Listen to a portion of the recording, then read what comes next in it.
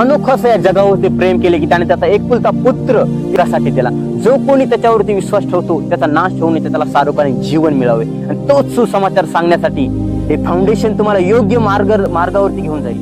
हे फाउंडेशन तुम्हाला चट्टानासारखं मजबूत करेल. देवाच्या जमिनीमध्ये एक बीज पेरत आहे, म्हणजे जीवनाचं बीज, म्हणजे येशू ख्रिस्ताचं वचन ह्या जमिनीमध्ये पेरत आहे. आणि ज्यावेळेस मी जमिनीमध्ये बीज पेरल्या जाईल, 100% फळ घेऊन येईल. त्यामध्ये फाउंडेशन एका वचनावरती, देवाच्या बुनियादीवरती उभा आहे. तर प्रियांनो, त्या फाउंडेशन सोबत तुम्ही जुडले जा.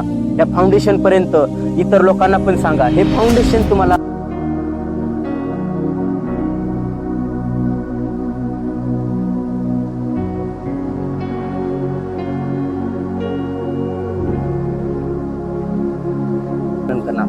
बायबलचं वचन सांगतं, जर तू आपल्या मुखाने येशू प्रभू आहे असे जर स्वीकारशील आणि देवाने त्याला मेलेल्यातून उठविले असा आपल्या अंतःकरणात विश्वास धरशील, तर तुला तारण प्राप्ती होईल.